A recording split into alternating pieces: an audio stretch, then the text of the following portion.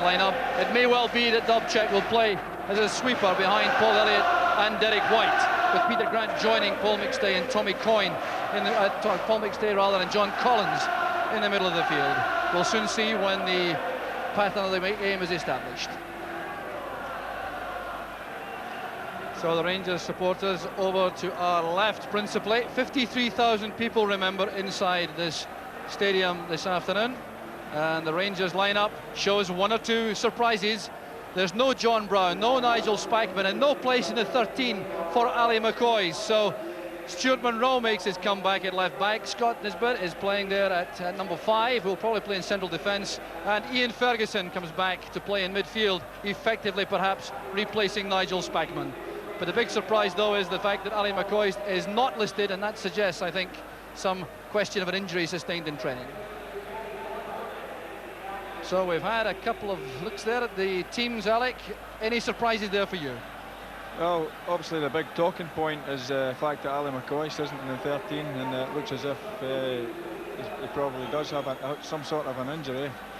The Celtic formation, the fact that Peter Grant's come back into the scene recently, it looks as if he's there to bolster the midfield a bit and thwart the threat of Mark Walters possibly. So the last tense minutes before this 5th Old Firm meeting of the season. Just passing now. The supporters have been in there in excellent voice for some considerable time now, and they can't wait for these players to take the field. They'll come out together, led by this afternoon's referee, Dr. Andrew Waddle, and the respective sets of supporters exchanging defiant chants as normal in an Old Firm match before the game. So a sea of colour, green and white at one end, red, white and blue at the other, and these supporters not yet perhaps aware of these changes in the Rangers side. Celtic with a full complement of players to choose from. Rangers having these late injury problems, and that may have some bearing, Alec, on the way the game unfolds. Well, yes, I think the onus is very much on Celtic today because of the fact that by their standards it's not been the best of seasons for them, and they see the Scottish Cup as the lifeline, and for that reason I think they'll come out with all guns blazing. Well, a word too, Alec, about the playing surface. It looks a little bare in patches, but fairly flat. Will that make any bearing on the outcome? No, the pitch looks in good condition. It doesn't look as if it's too heavy. There is a bit of drizzle at the moment, but it looks as if it's stood up quite well to the recent bad weather, and looking forward to a good game. Yes, the rain has just started to fall here at Celtic Park. It had been blustery and overcast until now, but now the supporters being faced by this downfall of rain, with a fair number of them exposed to the elements.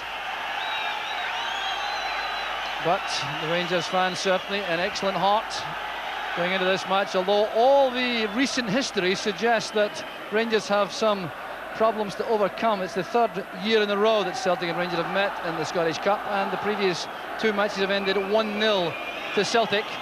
Dougie Donnelly has told us about the long time which had elapsed since Rangers came here and beat Celtic in a Scottish Cup tie. That was back in 1905, but that roar signals the arrival of the two teams. So led there by the match referee, Dr. Andrew Waddle. On his left is Richard Marzek from Edinburgh, the linesman, and George Kerr from Larbert is the 3rd official. So these players have been waiting a very long time, it seems, for this moment. And there's the welcome from the Rangers supporters.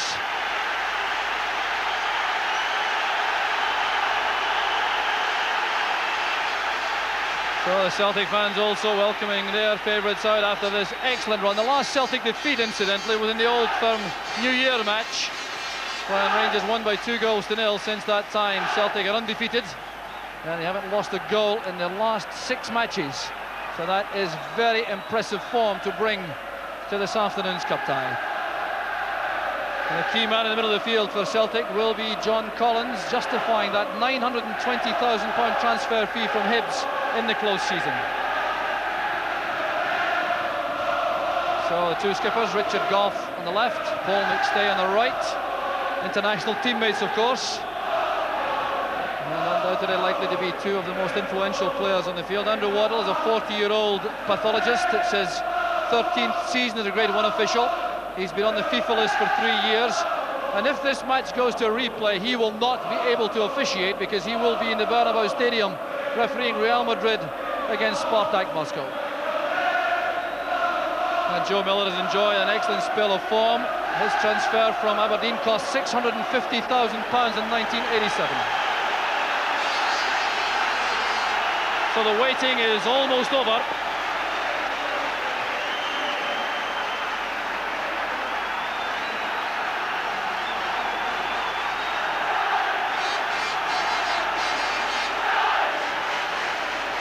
Sheer bedlam inside the stadium as the referee checks with Paul McStay and makes sure that Pat Bonner removes a stray ball from the goalmouth. That's why there was that hold-up. So the 30th Scottish Cup tie involving Celtic and Rangers starts. And Stuart Monroe gets a very good first touch in the game. That pass back, he'll be relieved about that after his long injury layoff. Put under pressure there by Grant. This is Joe Miller. Very much in the mood in recent weeks, Joe Miller.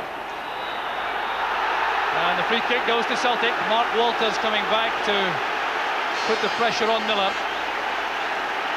And that's a signal for Paul Elliott and Derek White to make their way from the defensive positions to the penalty area.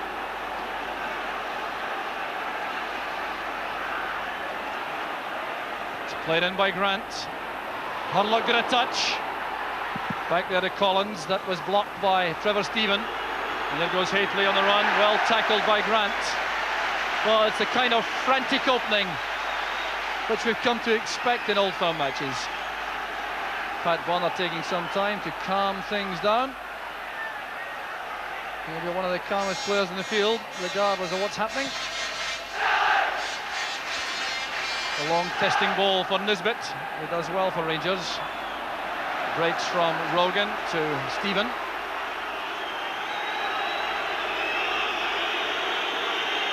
There's Gary Stevens. A little bit of a nudge there by Hateley on White.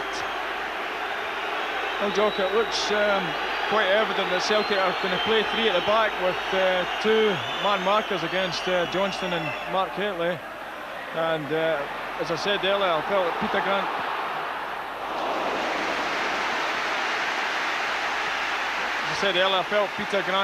might be detailed to pick up Mark Walters, and it looks as if that's the way things have started. But a good opening start by Celtic.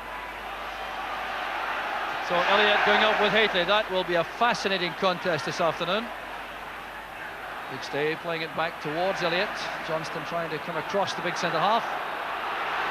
And this time the foul goes Rangers' way.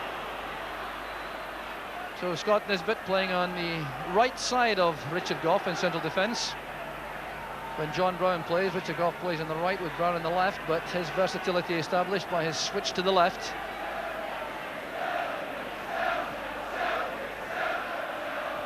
Hateley getting up well. The header from Grant goes straight to Steven. Here's Hurlock. Now Gary Stevens. Steven under pressure from White, does well. Dub checks clearance, falls straight to Hurlock. He's tackled well by Collins. Here's Tommy Coyne. Trampled there to the ground by Hurlock, and the referee, right up with play, steps in.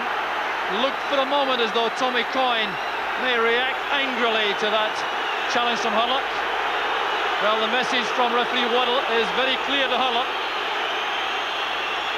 Clearly believes that challenge was overzealous. I think Tommy Coyne just stepped across Terry Hurlock's path there, Jock. I don't really think it was that bad a foul. Well, Terry Hurlock was already getting some special individual treatment from the Celtic supporters. That'll guarantee some more, I think. Here's Joe Miller. Cleared by Monroe. Well, these opening minutes crucial, of course.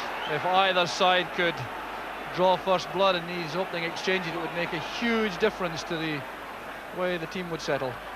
Here's Mark Walters. Good layoff from Hateley.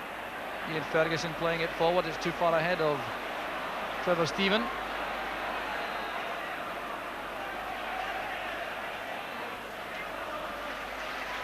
It's a Dubček playing in the sweeper role for Celtic, as he has done frequently for Legia Warsaw and for Poland.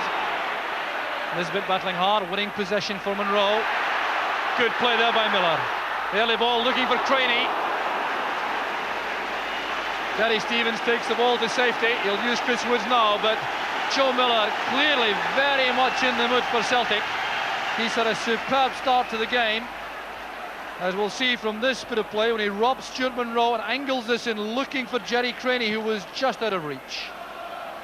Yeah, it was a brilliant ball Joe played in there. He definitely does look in the mood. He's been playing very well in recent weeks, a new lease of life, and he's starting to justify the big money that Celtic paid for him.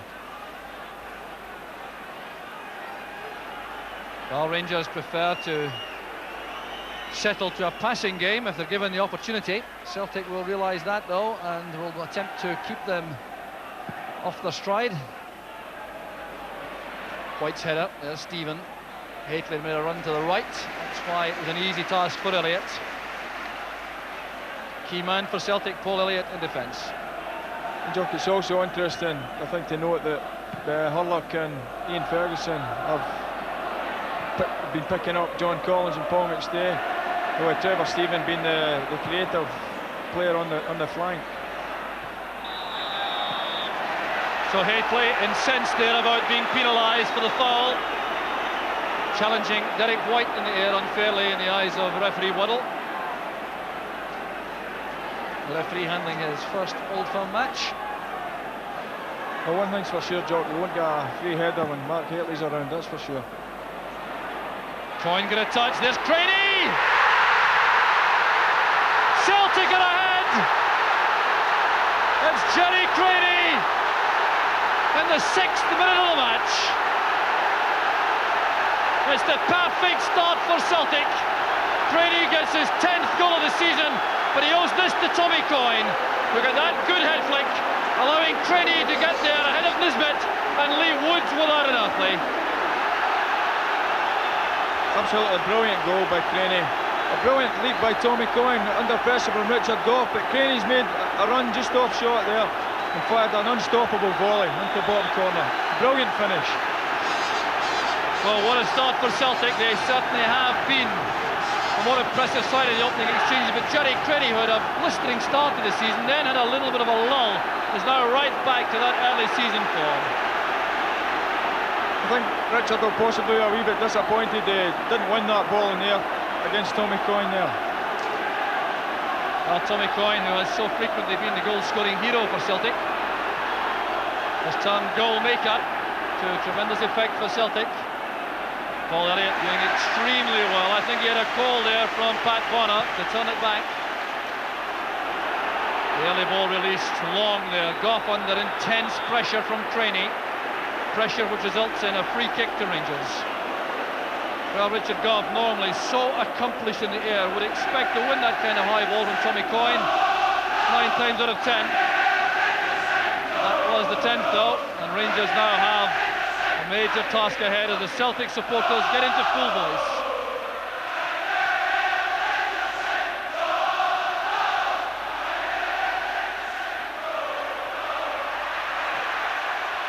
Nisbet playing it long. Well, the big distinction here, Alex, seems to be the confidence exuding through the Celtic ranks. Yes, well, if they not get confidence after their recent form, then they'll never have confidence, and that was all I felt that they needed just to turn the corner. And for a string of great results, and the start of the game must have lifted them sky high. Well, the Celtic supporters really are celebrating. They've had a lot of difficult times this season. It's the 5th match between the clubs, and Celtic are yet to win. Hurlock got there just ahead of Collins. There's Ian Ferguson back to Monroe. A careless clearance though. Richard Goff was in there late on Collins. But there's Joe Miller, allowing Walters to make that tackle. That'll be a goal kick to Rangers. Well, Joe Miller had that very lively opening, although he wasn't directly involved in the goal. He certainly has put an awful lot of pressure on that Rangers defence.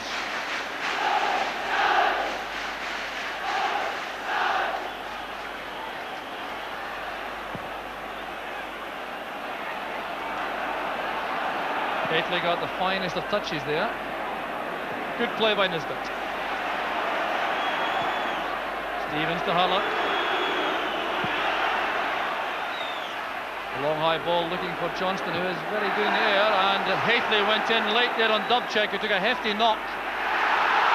Walters there bringing down McStay, and referee Andrew Waddle is clearly going to be a key man this afternoon. The intensity of the challenges has increased since that opening goal. Goff going in firmly on McStay. Grant picks out McStay. Darius Stevens remaining cool under pressure there with a headed pass back. Just come back to the goal job.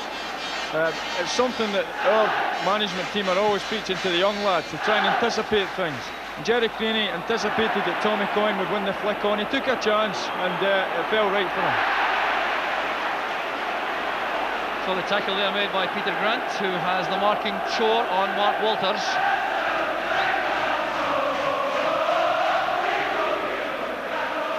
The Rangers looking to nullify the creative talents of McStay and Collins in midfield by using Hurlock and Ferguson in that area.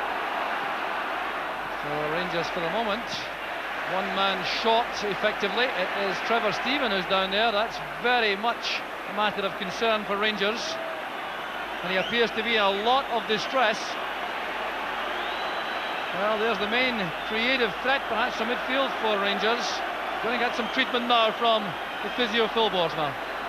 Yeah, it looked as if Trevor has been given licence to roam about the midfield, and if in fact it's a bad injury, then it's a blow for Rangers. But at this stage it's Celtic very much on top. The only problem they may have is that they may tend to go back a wee bit now that they've got into the lead, and that'll give Rangers a chance to hit the long balls. Well, let's see how this injury to Trevor Steven happened. He's involved in the thick of the action here, trying to make that tackle. Now that appeared to be a bad twist there as he tried to make that challenge in Joe Miller. Certainly no question of there being anything other than an accident there. And Steven, not the kind of player to go down there unless there's a very good reason. It looks as though there's been some knee damage. Tommy Craig on the Celtic touchline there, just making sure that everything is as he and Billy McNeil planned before the game.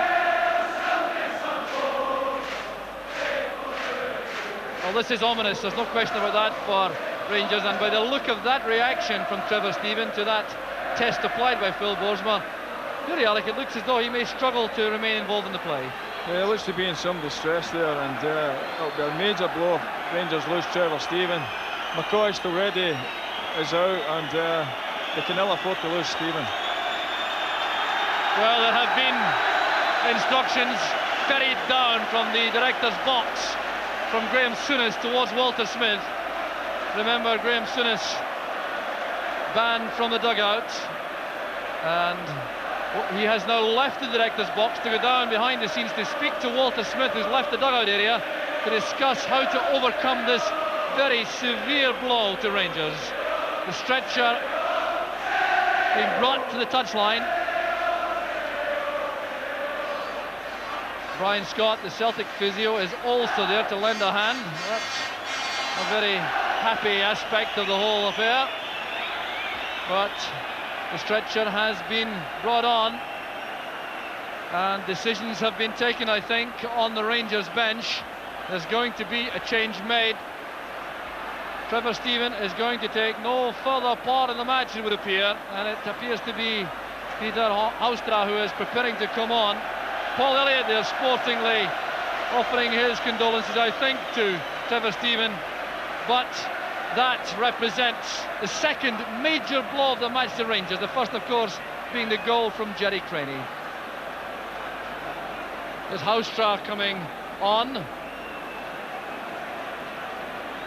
So that will involve some reorganisation of the Rangers' ranks. It looks as though Mark Walters has crossed to the right side of their midfield. He'll perhaps take on the role which was initially laid out for Trevor Steven. Here's Johnston. Monroe. The tackle there came from Grant, and Joe Millen has come a long way back to help in defence. Celtic look very hungry and eager, Joe, and whenever we come to Parkhead, we always say if you can weather the storm, Celtic come all out at you in the first 5 minutes, then you're halfway there. Well, Celtic certainly are renowned for their blistering starts to matches, but on this occasion they have capitalised with that opening goal. Mark Hateley clashing there with Derek White, the referee quite content that that was a fair challenge. Hurlock playing it a long way back for Gary Stevens, who gets some advice from Chris Woods. Good play by White. Walters looking for Hateley, that's a fine header. Hurlock releasing the ball early.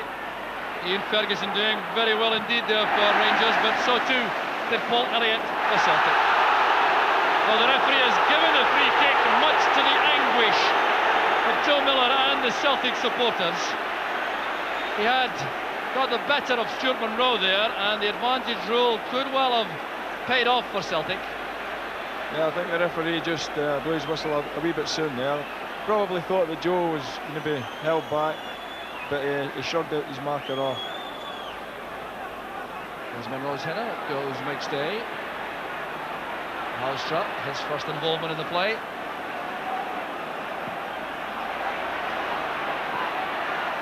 Tackle there came from Dubček. There's Paul Elliott doing well in the air. Hurlock was caught there by Creaney. Terry Hurlock is incensed about the challenge made by Creaney. Well, that's very unusual indeed, because I think, like most of the professionals, believe that Hurlock takes knocks quite as happily as he gives them. Yeah, it must have been a bad one. Jerry Creaney just a wee bit late there, and I think he left his studs in Terry's foot there. Well, we'll see this again. There was Hurlock forced to go back, and Creaney making the kind of tackle you might expect from a striker. But Hurlock certainly did not appreciate it. And another hold up here, because there's treatment required in the middle of the field for Derek White, as the referee is having a word with the near side linesman. Now, I wonder if this may spell trouble for any of the players. Andrew Wardle has spoken to Richard Marzek, the near side linesman.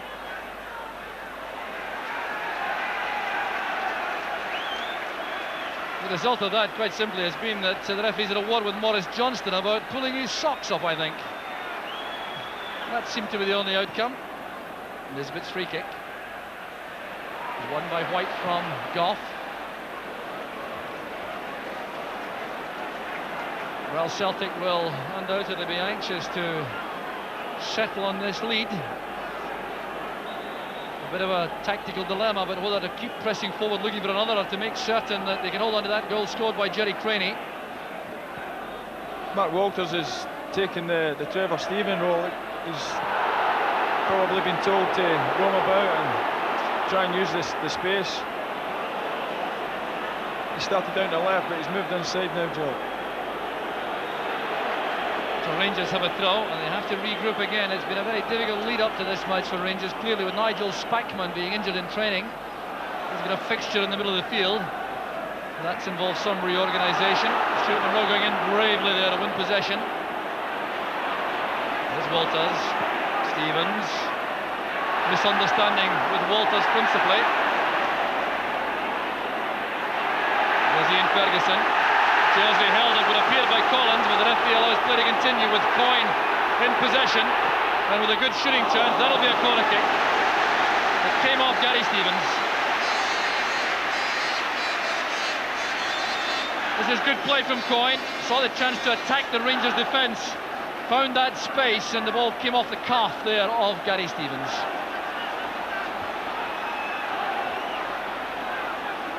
Celtic maintaining the pressure on the Rangers defence. John Collins will take this. Elliott coming to the far corner of the box to attack the ball. It was a very good defensive header by Johnston. Well headed away by White for the goal kick, but How well Maurice Johnston did there to get up alongside Paul Elliott and prevent a clear header for the big centre-half.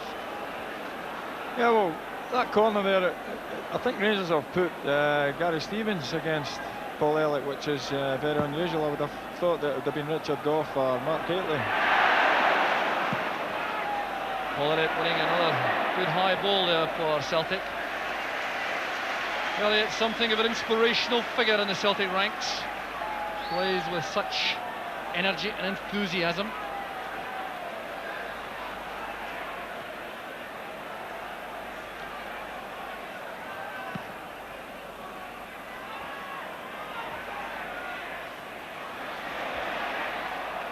The referee gives the throw to Celtic.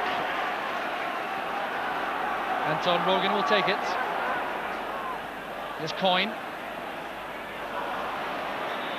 Hurlock did well. It was fouled though by Creaney, so a free kick goes to Rangers, taken quickly by Stevens. There's Walters. Well cut off by White. The Rangers operating with Stevens, Nisbet, Gough and Monroe in the back four. Across the middle, Walters, Hurlock, Ferguson and Houstra. And up front, Hateley and Johnston. There's Houstra. Made some space for himself, but Elliott's recovery was very quick indeed. So that goal from Jerry Creaney still separating the teams. The outswinger from Houstra. Well won by Rogan.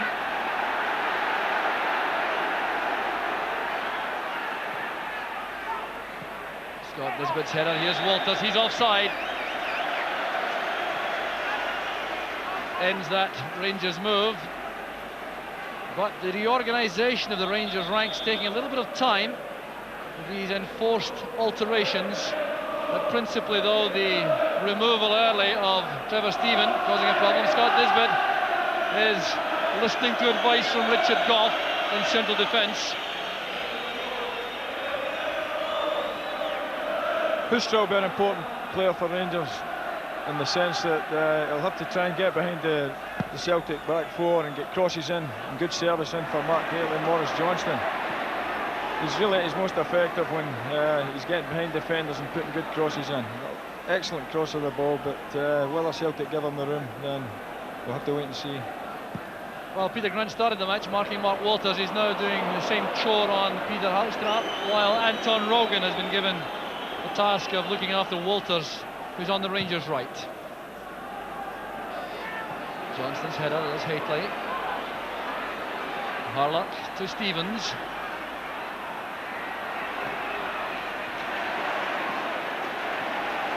Jerry Creaney, and now Rogan. Showing too much of that to Nisbet, who made a good tackle.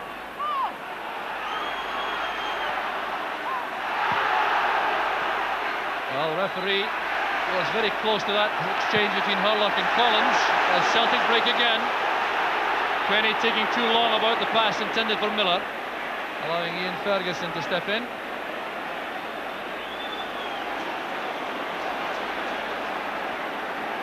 Torrid start to the match for Stuart Monroe, coping with the very lively figure of Joe Miller.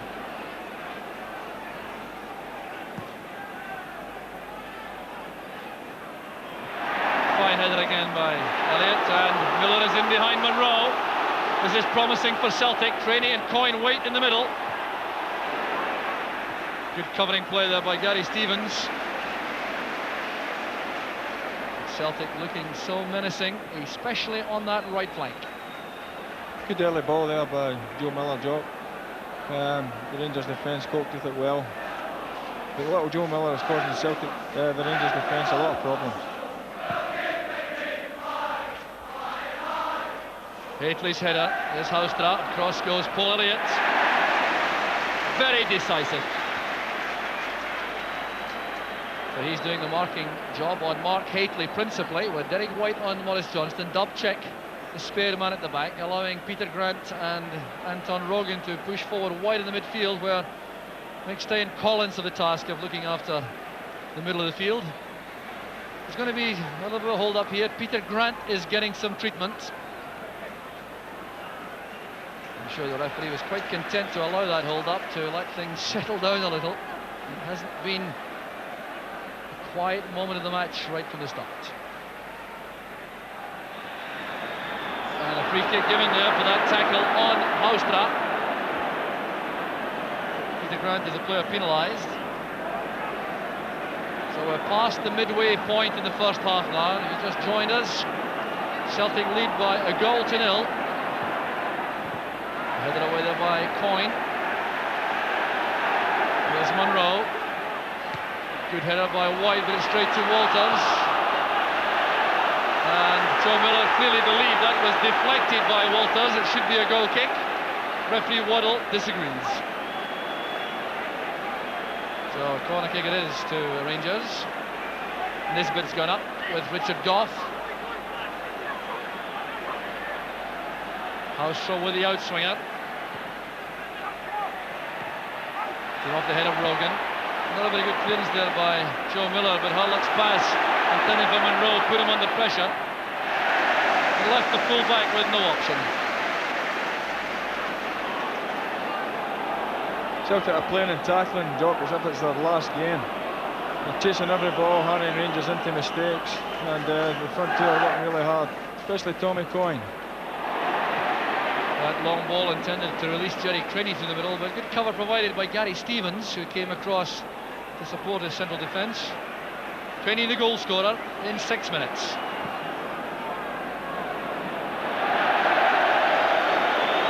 Stuart Monroe taking a little bit of time to get his touch after a long layoff through injury.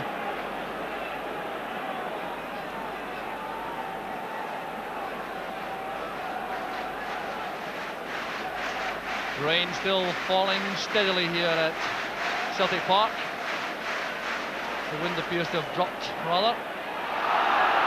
Collins doing well under intense pressure provided by Hurlock. McStay finds Rogan. Rogan wants to make for the byline, but Gary Stevens is very quick.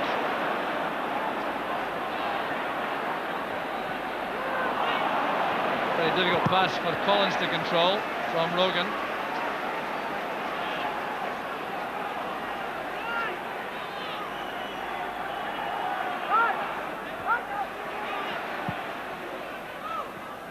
Hateley's layoff, there's Walters. Then some Dubček. An awkward one, hanging in the wind there, well judged by Elliott. Paul Elliott, Peter Grant rather, trying to recover there as the offside flag halts Peter Haustra. And Haustra is going to be spoken to for a little bit of dissent as the whistle went there. Peter Grant, though, I think will be relieved. He appeared to stumble as that ball was played across towards Haustra. I think Haustra was attempting to play the ball after the whistle had gone, and Andrew Waddle just reminding him that you've got to go on with the game and leave the ball where it is.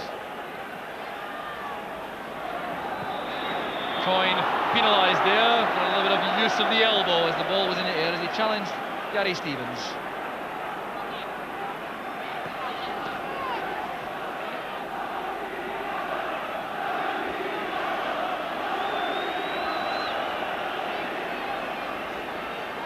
Nisbet with a free kick. White's header collected by Collins. Tackle came from Hurlock. Anton Rogan clearly was well aware of his positioning there as he let that ball run for the goal kick. Well, like tactically, is it a question now of Celtic looking for a killer second or making certain they give nothing away?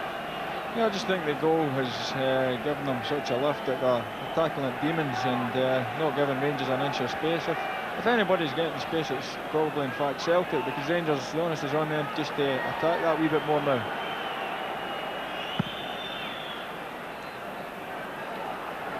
Creaney trying to control the ball. That did appear to be handball, but the referee decides it was accidental. I said earlier, you come here and you try and soak up the hectic start. Celtic always throw everything at you. Rangers failed to do that in the first 10 minutes and it's cost them. Goff's header. Turned back by McStay for Rogan. Monroe getting there ahead of Miller. Johnston neatly robbed there by Grant. White trying to find Joe Miller on the far side. Good play defensively though by Stuart Monroe. Stuart Monroe in past confrontations with little Joe Miller has done very well.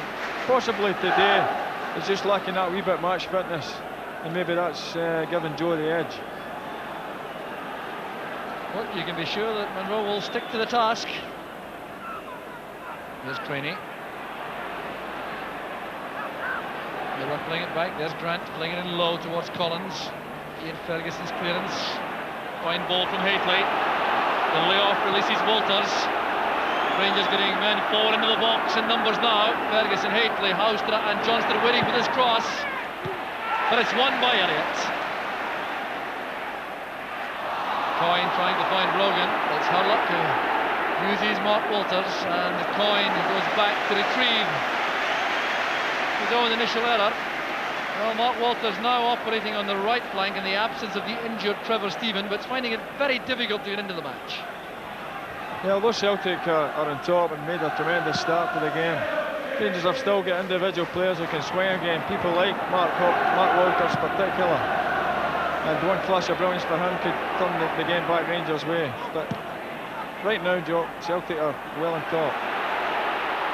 An awkward spinning ball there for Goff to cope with. He read the spin well, though.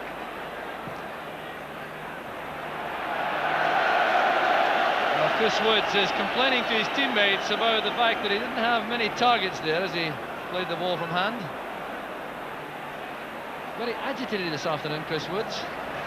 Really unhappy with his teammates' performance ahead of him. He certainly had no chance at all with Jerry Creaney's goal. Walters is the culprit. It's a free kick to Celtic.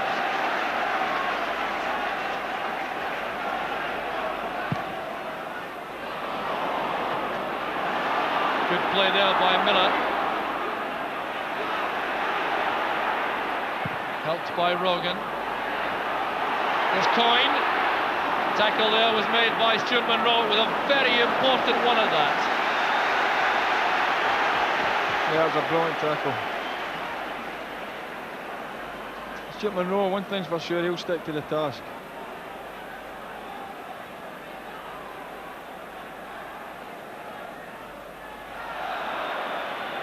Hateley penalised, leaning in there as he tried to get his head to the ball.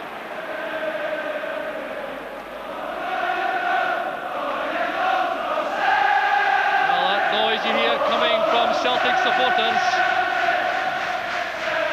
Well, after the troubles of the early part of the season, this is an occasion they appear determined to enjoy. That applies also to the players. Clash of heads there, Collins and Hurlock. Collins is penalised.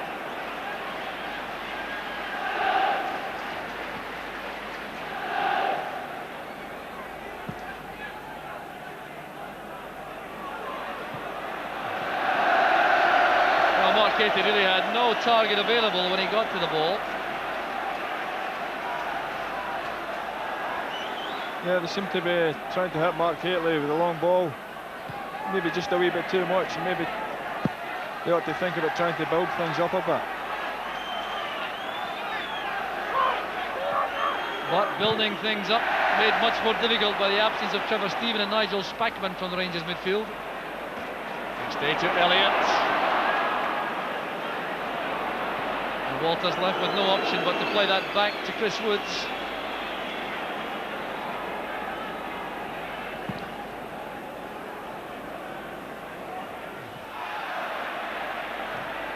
Creaney trying to find Miller with a long pass. Gives the ball to Monroe. There's Houstra. Joe Miller back helping Peter Grant. This is Creaney. Coyne's in the middle.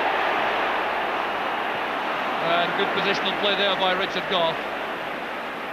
Realised exactly what was happening around him. The Celtic front two working very well as a pair today. That time Richard Goff was equal to him. Well, Hateley brought down there by Dubček. That's a free kick to Rangers, taken very quickly. Walters to Hateley. Hateley's not in the middle to take any part in the play if a cross comes in early. Well, held there the first place by Bonner, then he dropped it, but Celtic survive. Rogan to McStay, White played into the middle, and the ball played through there by Haustra, but that's a moment of some anxiety in the Celtic defence as Mark Walters set up this move, going away from Anton Rogan, whipping the ball across. Bonner elected to try to catch that under pressure from Johnston.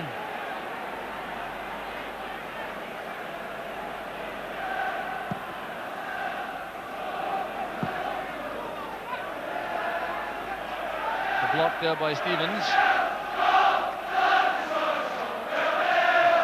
Good running by Coyne to collect the throw, and Rowe intercepts, runs straight into Grant. Superb tackling by Grant. This is Miller, faced by Haustra.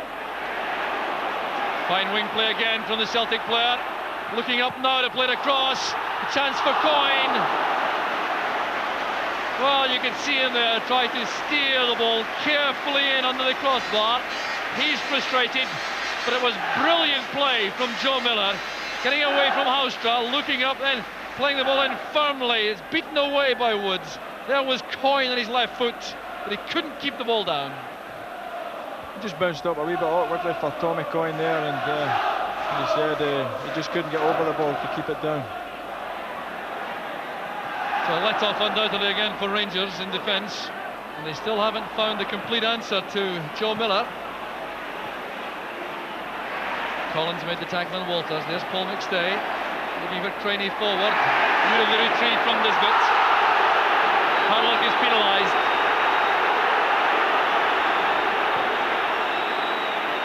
Well, there's some very, very tough tackling going on out there. Referee Andrew Waddle is keeping up with play very well indeed, and he certainly had to. But Jerry Creaney in the first place appeared to do well here. Yeah, he won the ball well, but I felt Terry Hurlock won the ball in much the same fashion here. You know, maybe I was wrong, maybe I just clipped his heel there, but every time Terry gets near the ball, there's a tremendous roar from the Celtic fans. Just poor Terry can't go near a Celtic player. Well, he hasn't been in the losing side against Celtic since his signing from Millwall early in the season for £300,000. Certainly is a favourite among the Rangers supporters. So Creaney is back on his feet.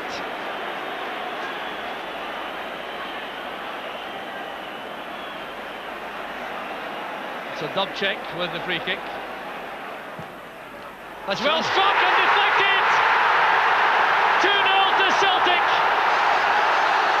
Darius Dubček takes the credit with the help of a deflection. It appeared to come off Terry Hurlock.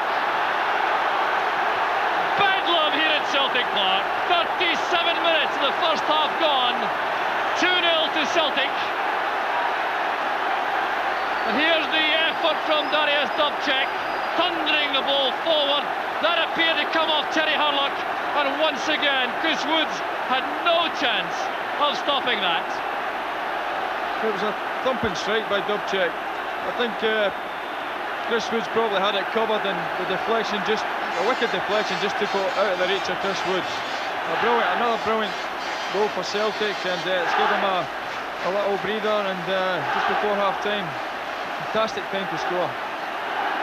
It's only the second goal of the season for Darius Dubček. Well, what a crucial one it could turn out to be. There's Haustra looping the ball across. Rogan lets it run for the throw. Well, when Darius Dubček lined up to try that effort from in excess of 30 yards, it did look ambitious, but he has tremendous power and accuracy in both feet, particularly the left, and that wicked deflection did the rest. Down goes Coyne. Foul by Walters, and Walters is going to be booked. Well, right now things going Celtic's way. Nothing going right for Rangers. They lost key men through injury before the match. John Brown, Nigel Spackman, Ali McCoist also not in the squad. And then Trevor Steven injured in the opening quarter of an hour. They're 2 goals behind, and there's a yellow card for Mark Walters. Well, there's the effect of all this activity on the Celtic supporters. There was Coyne. Well, it was a trip there by Walters. I don't think he has much complaint about the referee's decision. Goff remaining calm. There was a bit of pushing going on. Jerry Creaney, the culprit. A long way back now for Rangers, Alec.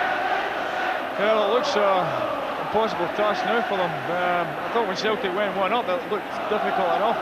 Celtic still in control of the game, but having got that second goal, it's given them a huge bit of breathing space. There's Monroe. And the confidence surging through the Celtic ranks.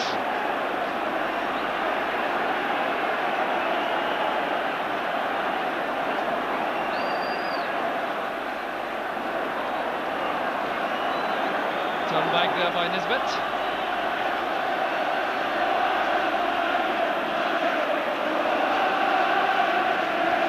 Nisbet going way forward there by Chris Woods.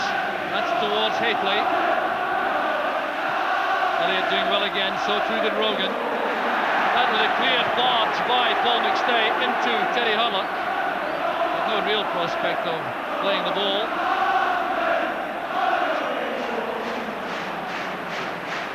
There's Mark Walters over the free kick, playing it wide for Johnston. Walters again. Excellent defensive play there by Celtic. Here's Coyne on the break. He has Creaney to his right, McStay supporting, Miller also coming from the right. There's Creaney. And another sweeping move from Celtic, which opened up the Rangers' defence. That could so easily have been the third. Brilliant play from Coyne, then from Creaney. And what a striking partnership they are turning out to be. Well, certainly in this confidence, the confidence the Celtic team are showing, they look unstoppable.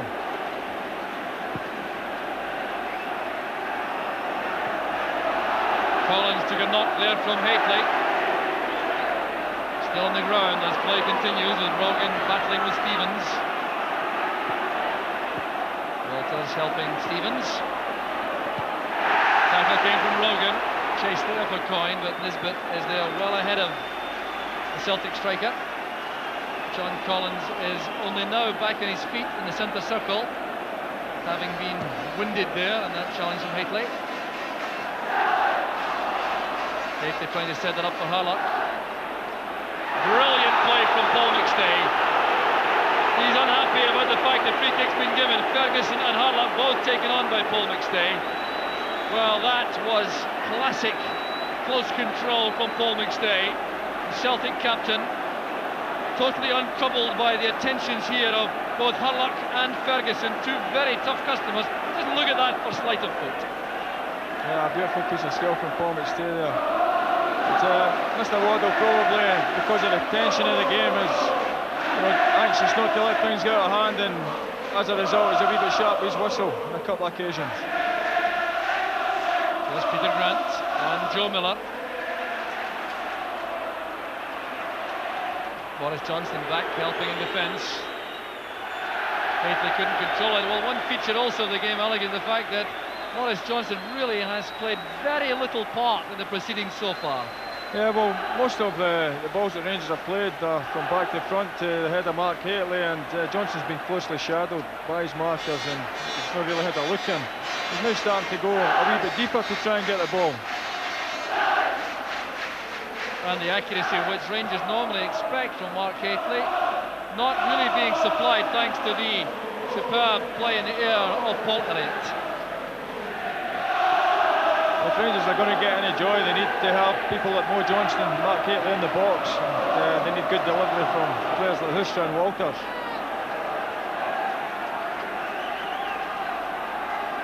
Stevens now with the throw.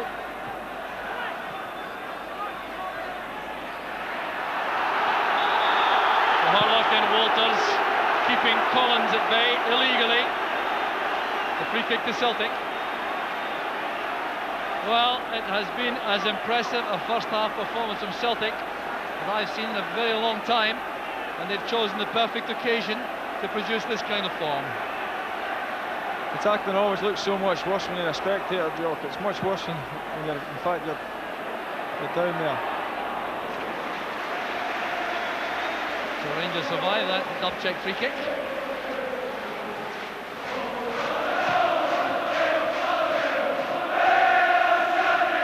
Headed by Elliott. We're in the final minute now of the first half, except for the fact there's liable to be rather a lot of injury time in view of the time taken to treat Trevor Steven before his premature departure from the proceedings. Referee Waddle checking his watch at the moment, but if he stopped it for the entire period Trevor Steven was on the ground, then we could have 2 or 3 minutes left yet. And I have the distinct feeling that Celtic would much rather not hear a half-time whistle. Yeah, they're on a roll, and I'm sure they just love the match. They keep going until the referee blows for 90 minutes. But they've been very, very impressive this half. Nice brilliant play by Hateley and by Walters. Hurlock scooping it forward. There's Dubček. Cohen bringing it down superbly. Creaney tackled firmly by Hurlock.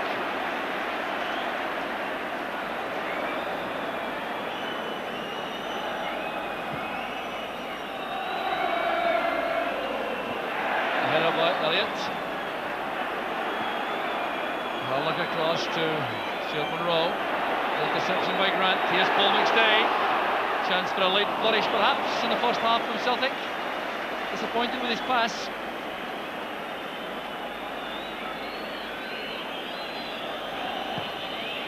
Well, we always expect a blistering start from Celtic, but really have maintained that pace throughout the bulk of this first half. And that's what's made life so difficult for Rangers. Goff's header. Helped on by Monroe for Johnston. Across goes Elliott. Well, there's only going to be one winner of that particular joust.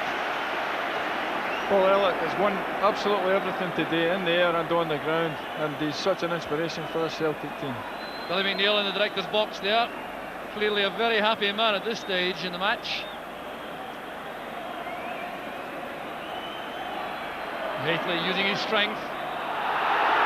Body check there from Peter Grant. Grant reacting angrily. And the referee, I think, wants to have some words with Peter Grant.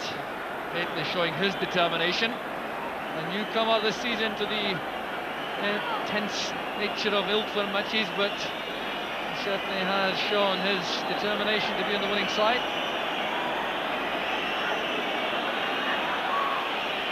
A late chance in the first half for Rangers. Comes across from Walters. There's Johnston. Swept away by Derek White. He had to be careful with that clearance. Could so easily have sliced that into his own net. So a corner kick for Rangers. Well into injury time now in the first half. We've had fully 2 minutes plus. And that reflects the time taken for Trevor Steven's injury. There's Houstra's corner. It was missed there by Bonner. Goal kick's been given.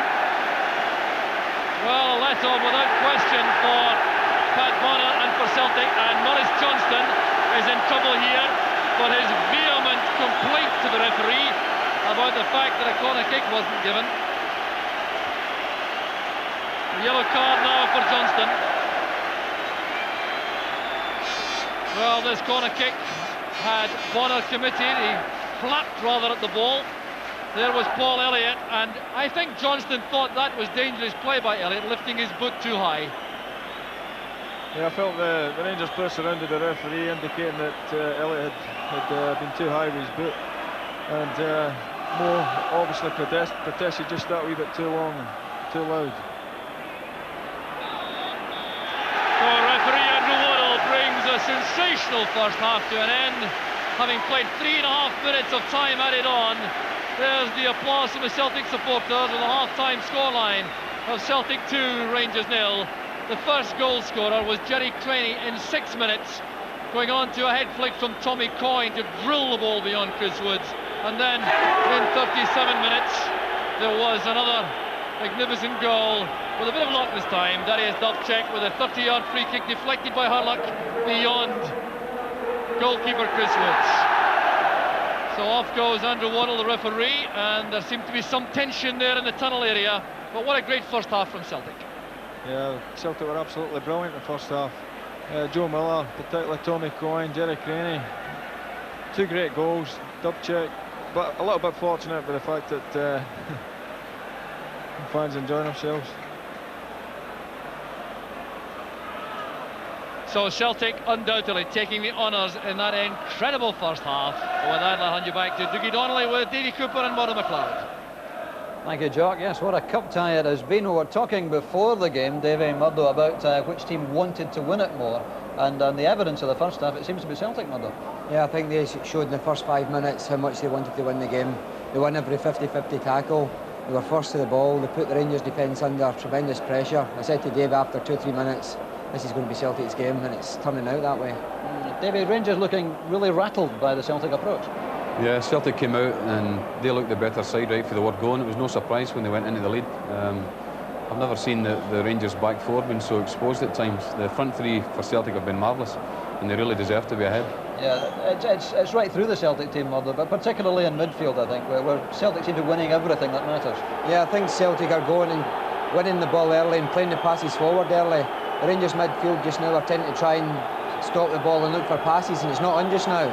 The game's been played at such a fast pace, and it's suiting the Celtic team just now because they're working harder. Well, let's take a look back at some of the incidents in that first half then, and Celtic, as we said, made their intentions clear very early on, and Joe Miller in particular looked very much in the mood today. Here's this early run by Joe Miller, which already had the Rangers defence under pressure. Davy, as a winger yourself, you've obviously got to admire the danger that Joe Miller carries. Yeah, he's been playing marvellous today. He's given Stuart Monroe a real hard time. He's getting to the byline 2 or 3 times and getting the ball across, and it's a surprise there's not more goals come off him. It's a difficult game, Murdo, for Stuart Monroe to come back into, really, isn't it? Because he must be lacking maybe a little bit of match fitness. Yeah, I think Stuart's just had a couple of reserve games since then, since his injury, but to come back against Joe Miller, who's probably playing his best game of the season for Celtic. Joe's played a fortnight ago at Easter Road and he was looking very sharp, and again today he's looking tremendous. The goal came after just 6 minutes, marvellous start obviously for Celtic, and again the goal came through a high ball which Richard Gough looked to be winning, Davy, but in fact Tommy Coyne got up there ahead of it. Yes, I think Scott Nisbet actually was waiting for Richard Gough winning the ball, and he let Jerry Creaney just get in front of him, but it was a superb finish, a great finish. Would you maybe criticise Scott Nisbet, Murdo? It seemed to perhaps be expecting Gough to win the ball. Yeah, I think with Richard's been so good in the air, I think Scott's anticipated Richard's going to win it. But Richards came, but Creaney's got very well, Coyne's got very well. Again, Scott Nisbet's the wrong side of Jerry Creaney. A great finish. Here it is again. Very well won by Tommy Coyne. As we've been saying, Coyne and Creaney up front particularly, David, they've linked well, they've worked hard, and Creaney takes it very well, doesn't he? Yeah, they've been fantastic for Celtic. The front three have actually put them ahead at the moment by the 2 goals. They've been superb today. Another disappointment for Rangers obviously would be the injury to Trevor Steven, who's such an important player for them, Murdo, and that really wasn't obviously what Rangers were looking for. Yes, he's a player that can maybe make Rangers play, get the ball down, make good passes. But to get the injury so early on in the game, it's going to be a problem. Now Rangers have had to go with the 2 wingers. In a game like this today, it's maybe not a game for having 2 wingers. Maybe an extra man in midfield would be better. Right. Well, we're going to see this goal yet again for the Celtic fans watching particularly. Scott Nisbet very nearly gets the tackle in, but it's drilled away well by Jerry Creaney. Peter Hoekstra coming on for Rangers, Davy, who's obviously a skillful player, but maybe this is not this kind of game. Yeah, it's going to be hard now for the wide men. 2-0 down. They're going to look for a spark from someone. Mark Walters, I think, is the man they should try and get into the game. He's the guy that can get to the byline and get something across, or maybe Mark Hateley. But it's an uphill struggle for them now. If we take a look at the circumstances of Steven's injury, in fact, it seemed almost to be self-inflicted, Murdo. I think he just seemed to catch his foot in the turf as he went down. There really wasn't very much contact, was there? He's slid in here to make the tackle here, and he's caught his knee in the ground, his left knee in the ground, and stretched with his right leg. So I don't really know what the injury is, but it looks quite a serious one. Yes, he seemed to be in a lot of pain. It might knee ligaments or something like that, Davy. Yeah, well, hopefully it's nothing as bad as that, but he certainly took a bad one there. Paddy Bonner, you said before the game, Murdo, was obviously an important man. He's gone something like, what is it, 6 hours or something without losing a goal in the Cup. Today, he's had a couple of little shaky moments, though, when he has been under pressure, hasn't he? Yeah, there was a couple of cross balls. Packies came out and not get punched it away as far as he would like to have. This one here. Good cross in. Again, he caught it, and I think he's bumped against his own player, though. He's a wee bit unfortunate. But again, he's not been put under too much pressure today, so he's got to be concentrate. Yeah, he's hit somebody there. Difficult day for goalkeepers, of course, Davey, isn't it? With that swirling wind as well. Yeah, the wind makes it hard for anybody playing today. But this is what Rangers have got to do now, try and get Mark Walters to the byline. And I see that as their only chance of getting back into it. They've looked after the aerial threat of Mark Hateley very well, Celtic. Yes, Paul Elliott's been fantastic in the area. He hasn't lost a ball all day. I think he's been a real reason why they're ahead at the moment. Apart from the 3 strikers, they've been the best men in the park. Tommy Coyne had a second chance very near the end of the half. Again, it came from a run on the right wing, Murdo, and Tommy Coyne just hooked this one over the bar in the end. Yeah, again a great run by Joe Miller here, right into the box. Well saved by Chris Woods. I think the ball just bounced too high for Tommy. A wee bit unfortunate. But again, they've always been there in the right positions, the Celtic strikers. Maybe a little disappointment for Rangers too, David. There's not very much coming from midfield. They're definitely losing the battle in that area, aren't they? Yes, they are. Paul McStay and John Collins have played very well. They're just not letting Rangers back into the game at the moment, and they're finding it very difficult. First 15 minutes, they'll have to try and get something back if they're going to have any chance at all. Yes, the opening stages of the second half shaping up as being very important, particularly after that second goal, of course, scored by Celtic with just something like 8 minutes left in the first half. And you've got to feel sorry for Terry Hurlock, maybe, haven't you? Yeah, there's nothing you can do there. Chris Woods as well. The ball was a good shot, but Chris Woods would have got that comfortably. Terry Hurlock just put his right foot up to try and block it, and it skimmed off his boot and over his head into the net. Nothing he could do about that. In that defensive position, Murdo, you're really on a loser, aren't you? Because you obviously, the instinct is to try to block the ball, and there's no way of knowing it. Your keeper's got it covered, really, is there? When you're 18 yards out and you stick your leg up, you think hopefully you'll just knock the ball away. The ball's been travelling so quickly, just deflected off him, and Chris has got no chance at all. It is A great strike though. That's a good thing.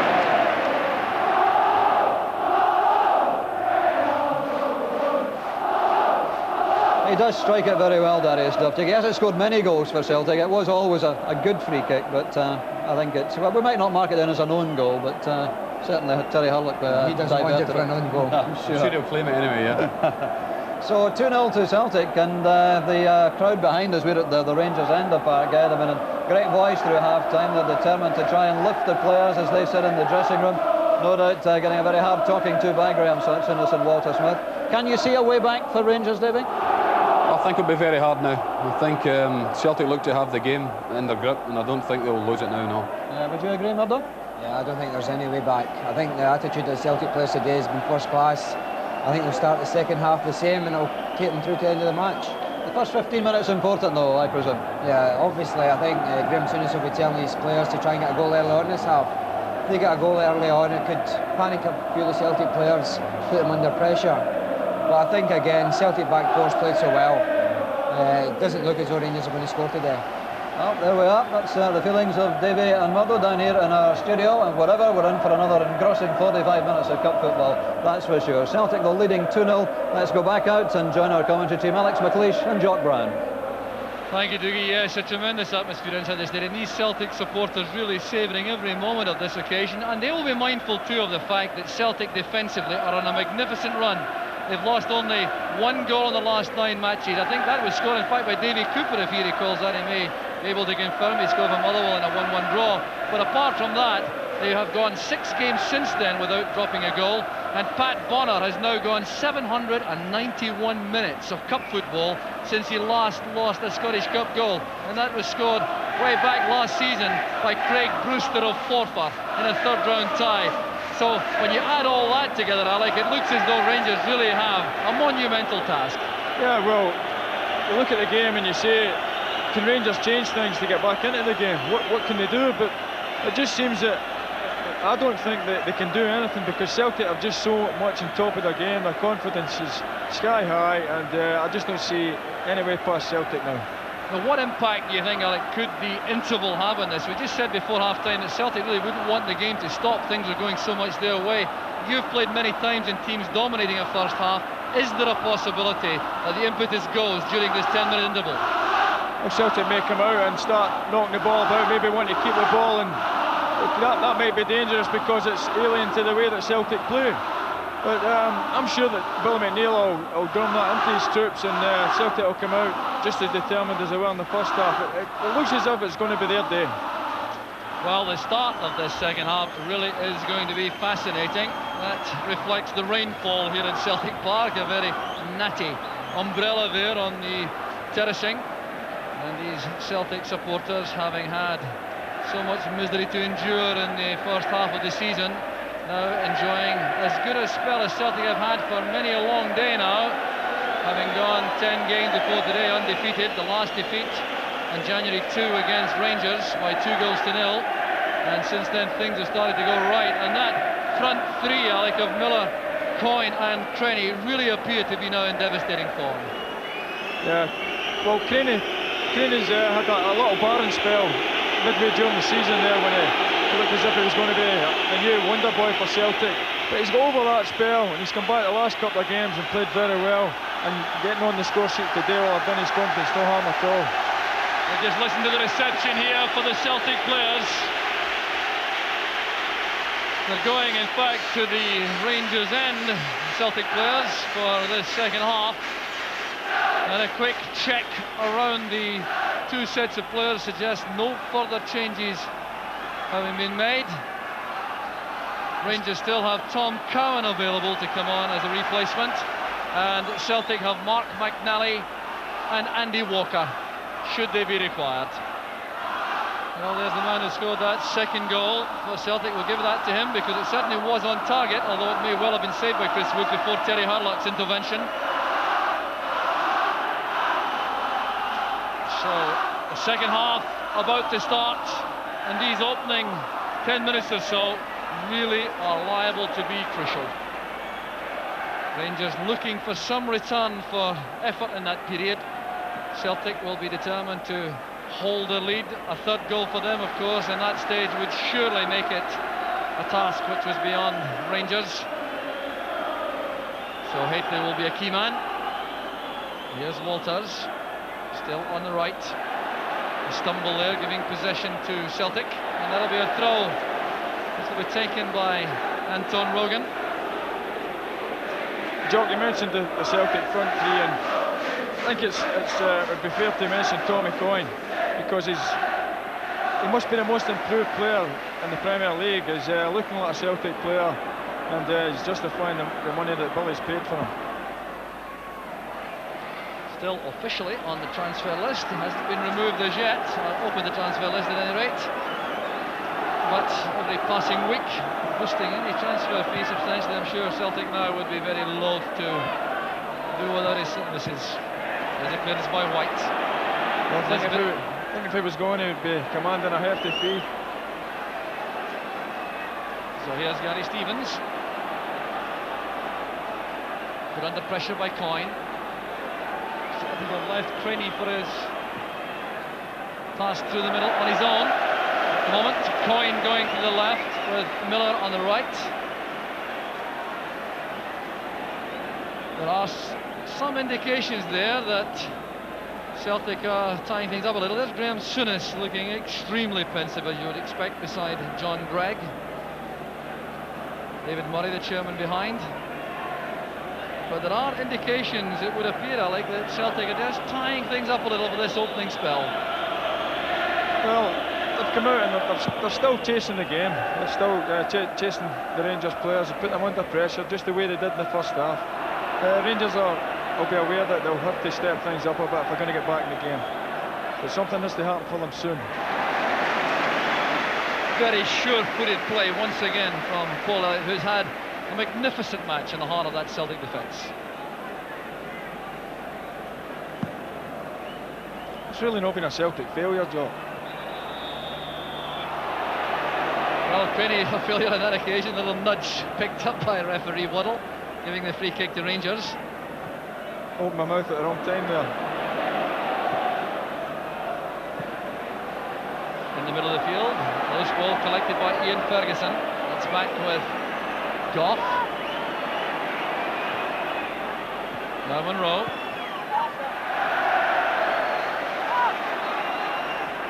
Throw taken quickly by Houster. There was a deflection giving Rangers that throw. Well, a correction made by referee Waddle. He now thinks it was a Celtic throw.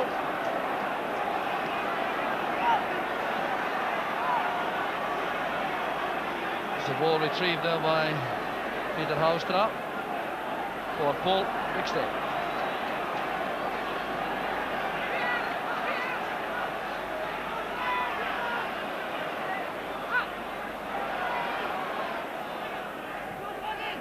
Coyne trying to help that on for Creaney. Elliott again doing well against Hateley. These two players, of course, Elliott and Hateley, have sampled Italian First Division football. Hateley with AC Milan, Elliott with Pisa. There's Goff. Now Monroe.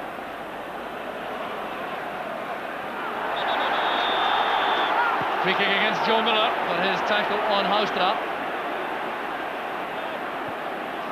So the big men go into the box for Rangers. Nisbet and Goff joining Hateley. It's a very potent threat inside the area. And in by Houster. Won well by Anton Rogan to cross from Ferguson to Walters. Nisbet going for that. Elliott's the winner again inside the penalty box. Pass from Collins looking for Coyne. Stevens used his pace to get there first. This is Walters. And Pat Bonner making an excellent catch. Houster was coming in looking for an error. Well, Rangers for the moment pinning Celtic into their own half. Beautifully flighted cross this by Walters. Required good handling and Bonner supplied it. Good spell for Rangers. Celtic's only danger is that they become complacent. It's good play by McStay. The layoff came from Creaney. There's Grant. Well, that was intended for Tommy Coyne, who'd come off the left flank to join Creaney through the middle. Grant didn't realise that.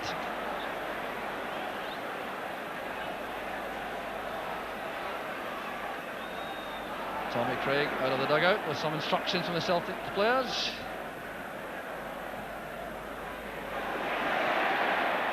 It's well taken down by Creaney. Needs some help. He did well to win the corner though. Creaney, I think, is quite happy about that. That was a major ambition of his to score in an Old Firm match, and he succeeded after only 6 minutes this afternoon with the opening goal.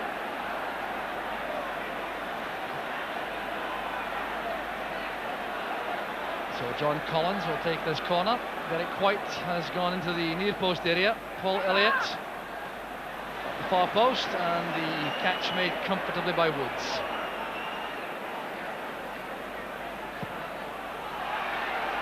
Hateley is onside. That's for Houster. Great chance here for Rangers. Well, he appeared to touch the ball with his right foot before he let fly with the left. That's what made the shot look so bad. But Hateley certainly set up an excellent opportunity here for Rangers. So badly sliced wide of the target by Houster. That could have made a big difference. Yeah, well, it looked as if the Celtic defence tried to play Mark Hateley offside there from Chris Wood's kick out. They just get their timing a wee bit wrong, and they have to be careful that they don't fall into that sort of trap.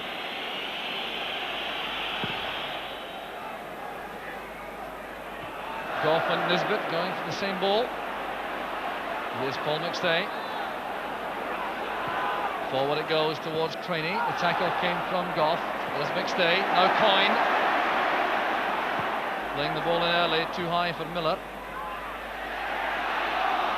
Monroe towards Walters, has crossed over to the left for the moment. Here's Nisbet. Playing that through the gap for Johnston. It was held there by Grant. Grant will be in trouble. Referee Waddle has given a free kick, but now there's serious trouble here for Peter Grant. The interpretation here of referee Waddle will be crucial. A smile on the face of the referee. Well, it looked as though Johnston may be getting away from Grant. Now, does the referee consider that to have been a professional foul? Yellow card it is. Relief for Grant. Well, there's Scott Nisbet playing it through the gap. Now, White thought he could reach that. Then he was in trouble. There was the holding job by Grant. The referee clearly believed that Grant wasn't the last defender. Yeah, I think he still had the last defender to get by, Joe, but... Now Ian Ferguson lining up this free kick. He has tremendous power in his right boot. Charged down by Grant, and Grant is now in there. Very serious trouble. He's being ordered off. Peter Grant is ordered off for charging the free kick too early. Paul McStay protesting vehemently to the referee. But it's Peter Grant who will take no further part in the match. The second ordering off of the season. He was ordered off against Hibs on the 5th of January. We'll see how this happened. It came from the free kick, which Ian Ferguson went to take. There's Grant, number 4 on the edge of the wall. He's already off his mark. And there is the breach of the rules, which has resulted in the early departure for Grant. And that free kick deflected for a corner kick. Well, referee Waddle clearly was in something of a dilemma. It would appear about the first offence, and then took that opportunity to order Grant from the field. Headed away there by Coyne. Now that certainly gives Rangers a bit of a lift. They're now against 10 men, but Celtic are harbouring a great sense of injustice about that ordering off. Certainly no question that the free kick was entitled to be retaken, but controversy without question. Rangers now keeping the pressure on. Here's Richard Gough. Over to the far post it goes. Walters gets up well. This is Creaney playing the long ball forward. Well, a controversial moment, Alec. The man charging the free kick. Yeah, it seems a shame he should be ordered off for that offence. I think it was just a matter of being a bit too anxious to get things going again. Up goes Elliott. Pushing by Hateley. Well, this involves some rethinking among the Celtic players about how to cope with this position. And Tommy Craig is already offering instructions from the bench. He's waved Jerry Creaney across, pushing Joe Miller forward. It looks as though Celtic are going to play with Miller and Creaney up front. Coyne perhaps withdrawing to a midfield role to make up for the absence of Grant. I think Peter Grant was just a wee bit anxious that Rangers might score off the free kick that he gave away in the edge of the box, and that was possibly why he reacted so quickly to charging it. Hurlock lofts it forward. Dub check with Houstra. There is Hateley, and the clearance came from White. Monroe playing it in. Dub check remaining very cool inside his own penalty box in these horrid circumstances. Well, if you've just joined us, Celtic lead by 2-0. We're 11 or 12 minutes into the second half. Peter Grant has been ordered off, and Trevor Steven was carried off inside the first 15 minutes. So there's been no lack of incident or action in this match. There's the scoreline confirming the goals scored by Jerry Creaney and Darius Dziekanowski for Celtic in the first half. That was a wee bit harsh decision, Joe. Rangers have suffered with injuries on the day that they've lost Nigel Spackman, Trevor Steven early, Alan McCoist. It seems as if he's probably got an injury, and it hasn't helped. And I don't think that Ian Ferguson is back to full fitness yet, or in fact Stuart Monroe. So Rangers have been forced to make changes where perhaps they didn't want to. Stuart Monroe, in fact, played his last first-team game on the 5th of January, so he's had a long layoff. Hurlock plays it back. This is Nisbet. Derek White's clearance. Well, the pattern of the game has undoubtedly been changed by that ordering off for Peter Grant. Rogan lofting it forward. And Woods in two minds there. Out of his penalty area. Looked as though he was going to lash the ball clear and then try to control it. Good play by Miller. He's been fouled. And that's a free kick to Celtic. Well, in ordinary circumstances, Celtic may have preferred the advantage rule, but with only Tommy Coyne inside the penalty box, I reckon he'll settle for that free kick.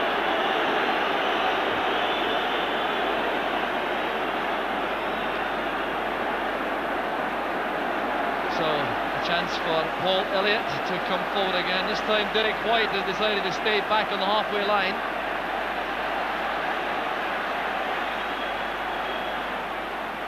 Miller plays it in. Up goes Creaney! That was a magnificent chance for Celtic. Well, Jerry Creaney, I reckon, when he sees it again, will consider he should have hit the target with this. No challenge to him as he made the header.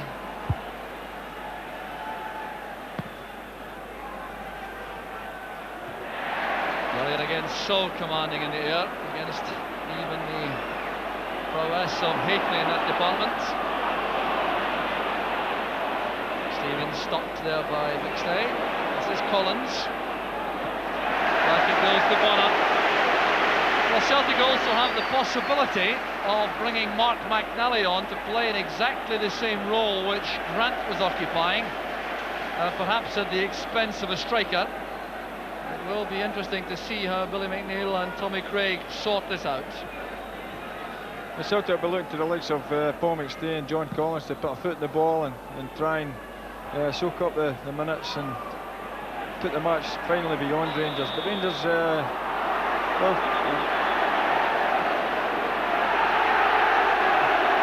the incident with Jack. Well, a little exchange of pleasantries there involving Ian Ferguson, Maurice Johnston and Paul McStay. McStay certainly was firm on that tackle on Johnston after the free kick had been given. It's difficult to keep track here. These the tackles flying in here. Instant pack game.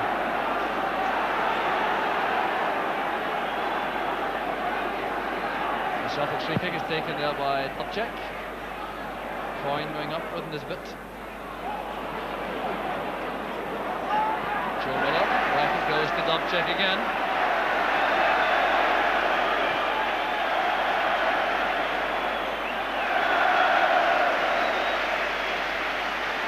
And Celtic appear to have switched also to an orthodox flat back four. Yeah, and it looks as if they're still keeping the front three. It's a very brave move by the Celtic management. Well, with Walters and Houstra looking to push forward to attacking positions, Dubček has moved to right back to mark Houstra. Here's Walters now with a chance, and Rogan kept his eye on the ball and managed to avoid a corner kick. That was good play by Rogan.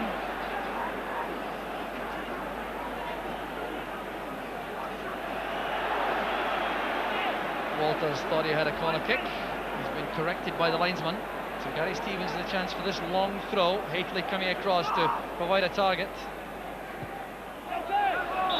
Turned away there by Elliott, off Hateley. So a goal kick to Celtic. Well, very interesting tactically now with Celtic switching to that back four. Dubček doing so well as sweeper in the first half, but now at right back with Elliott, White and Rogan in the back four. McStay and Collins in the middle there with that front three. It is indeed very brave, Alec. Yes, John Collins and Paul McStay are stuck firmly right in the middle of the pitch. There's no width at all, and you would think Rangers would probably try and, if they're going to get any joy, try and get people down the flanks. Well, perhaps that's why Celtic have pushed Rogan and Dubček back to full-back to look after Walters and Houstra. Johnston has been withdrawn rather by Rangers to play just behind what is now a front three of Walters, Hateley and Houstra. So Johnston were looking to make an impact in the match on that withdrawn role. Once again, Tommy Coyne causing some difficulties there for Richard Gough in the air, just as he did when he set up the opening goal for Jerry Creaney. Elliott will not be denied in the air for Celtic. And there's a backlash by Hurlock. Hurlock's in trouble. He's clearly going to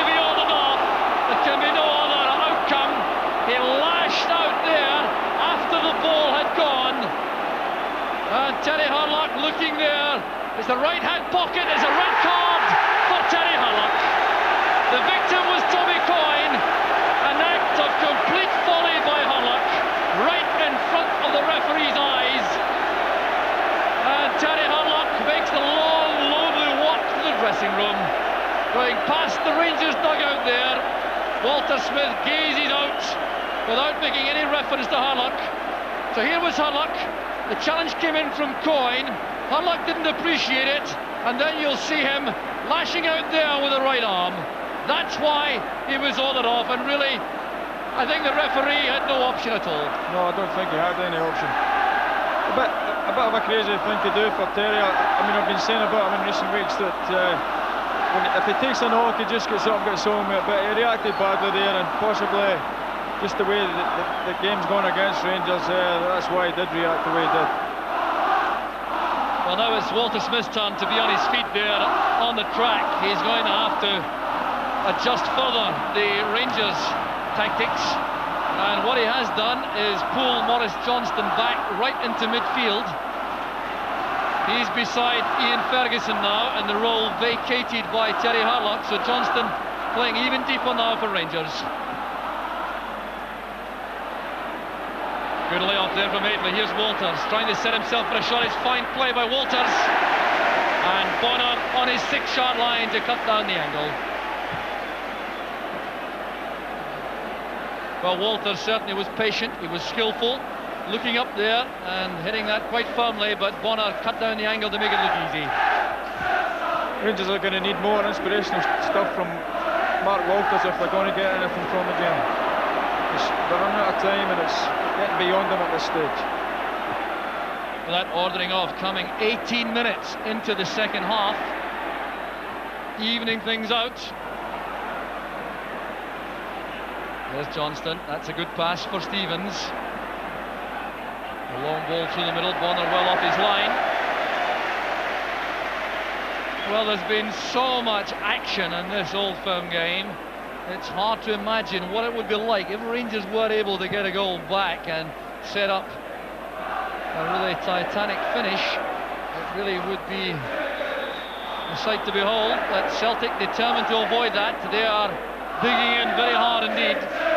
They were clearly concerned about the fact that they lost Peter Grant all along, and now they have the problem to some extent solved by the departure of Terry Hurlock.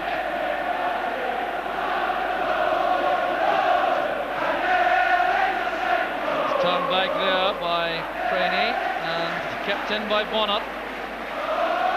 There were two sendings off, but they weren't really terrible tackles by anyone. I mean, Terry Hurlock was a bit foolish in lashing out at Tommy Coyne, and Peter Grant, I felt, was for a bit of overzealousness.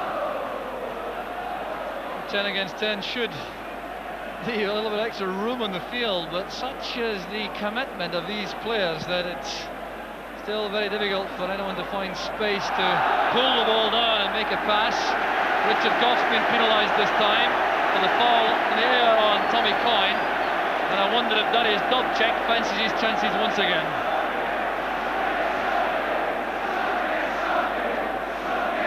Well, it's certainly within his range, Jock, and probably round about the same distance when he scored his first half rocket. Just about 30 yards. Rangers showing some respect with 3 in the wall.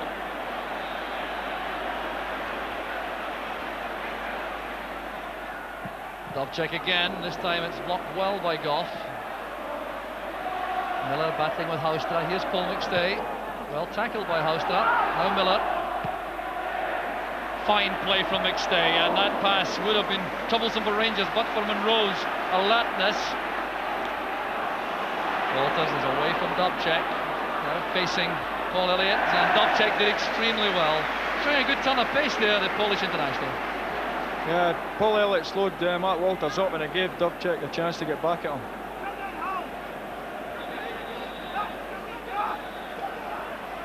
Corner kick to be taken once the Celtic players withdraw far enough. Headed away well by Rogan, straight to Ian Ferguson. Goff hitting it wide for Nisbet. He started his career at Ibrox as a striker, so he's not unaccustomed to being in that kind of position.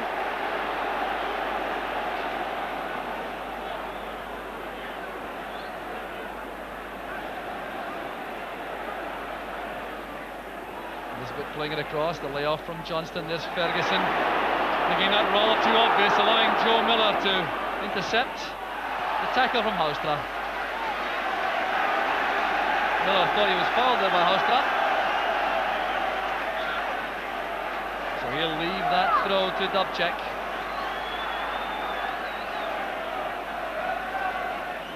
Past the 3/4 mark in the match.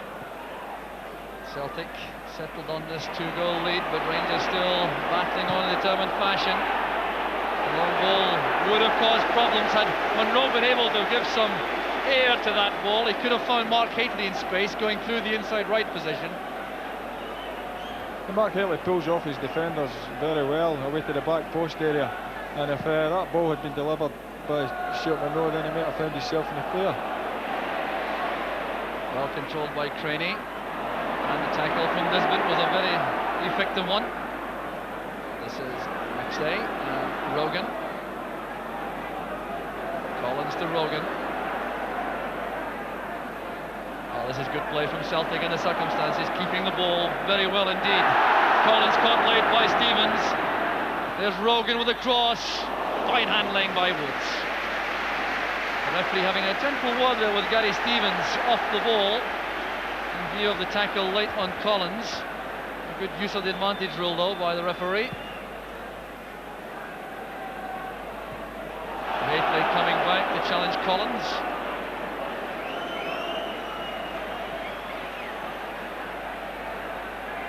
Walter Smith has left the Rangers dugout and may well be going up to have some discussions with Graham Souness.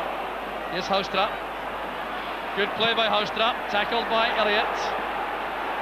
Trying to find a way through that ruck of Celtic players. It's across from Ferguson to Stevens. Here's Walters. That's for Hateley. Elliott is there again. This is Ian Ferguson. That was well struck and blocked by Elliott.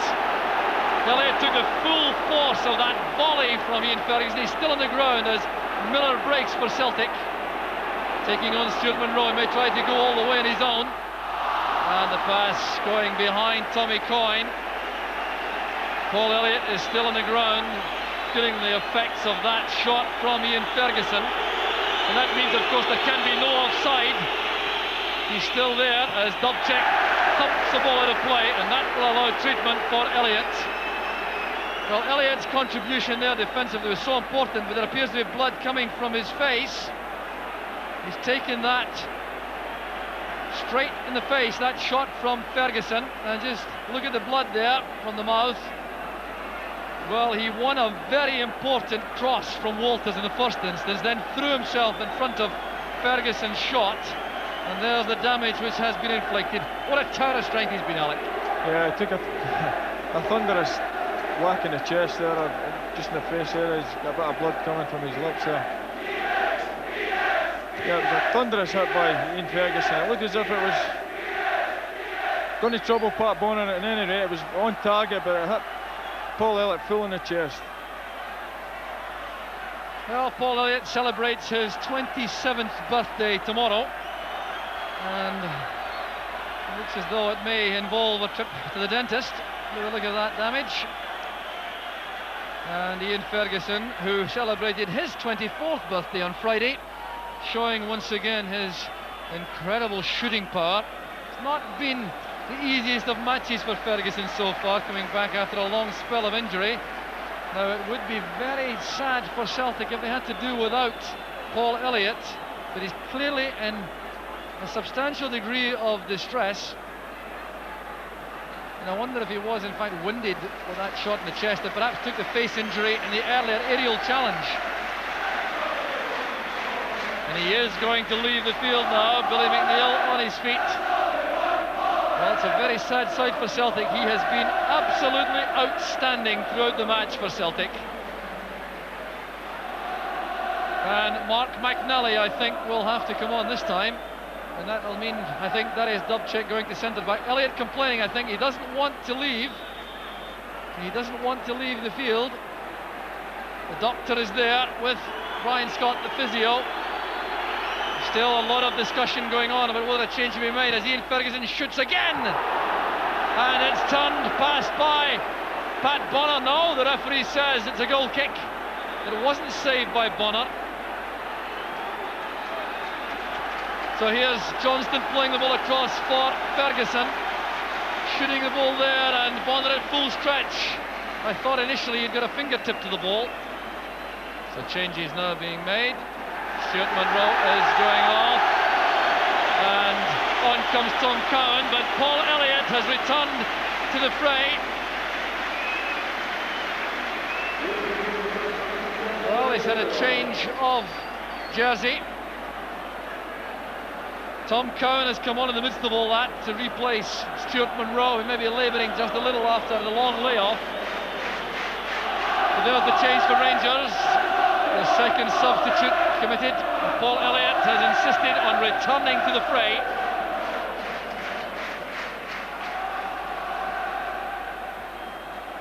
There's Cowan, former Clyde player, cost £100,000, the youngster. On at left back for Rangers. Stevens with the header. There's Rogan forward. Now Creaney. Through the gap it goes for Tommy Coyne. Nisbet was quick and alert. Good play by Nisbet.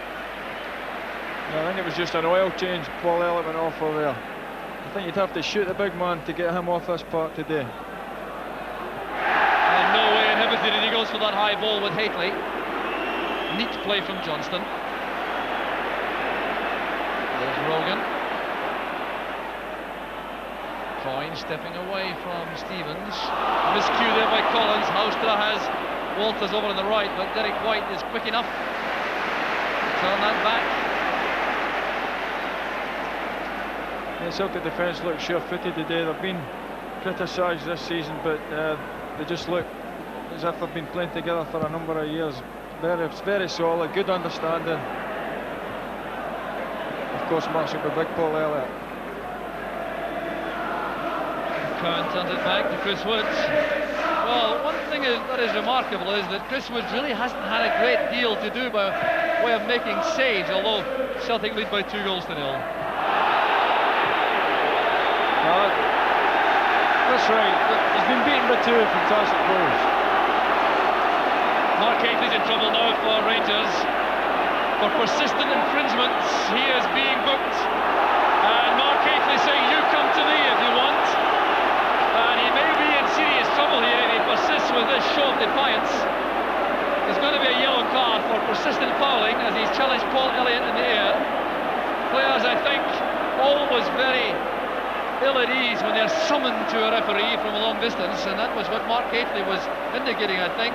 That is an element of frustration, Alec, is it not, for professional players? Yeah, yes, I think we've all been through that at one time or another.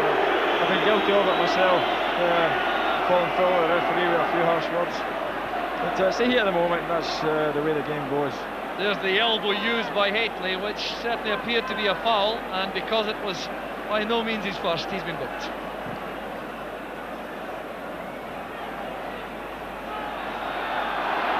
Wrestling match there involving Coyne and Stevens. Walters thumps the ball against Tommy Coyne, and referee Andrew Waddell being forced to call upon all his experience now to handle what has turned out to be an incident-packed match. Well, the Celtic bench will be concerned, I think, simply to retain this lead till the end. They have 13 minutes plus stoppage time to survive if they're to knock Rangers out of the cup.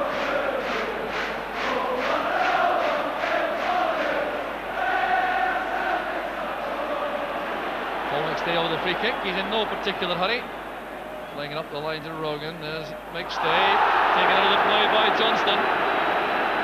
Well, that would certainly incense the Celtic supporters. The former Celtic player, Maurice Johnston, going in heavily on McStay. There's a little feeling out there in the field involving Johnston and Paul McStay.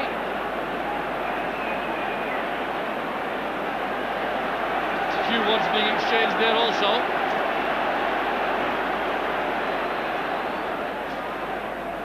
Great dummy there by Coyne. Here's Creaney. Coyne is onside. I think he was hoping there for a corner kick. Not taking the ball to the corner flag in this torrid atmosphere really is taking your life in your hands. Coyne has survived though, as Celtic have the throw.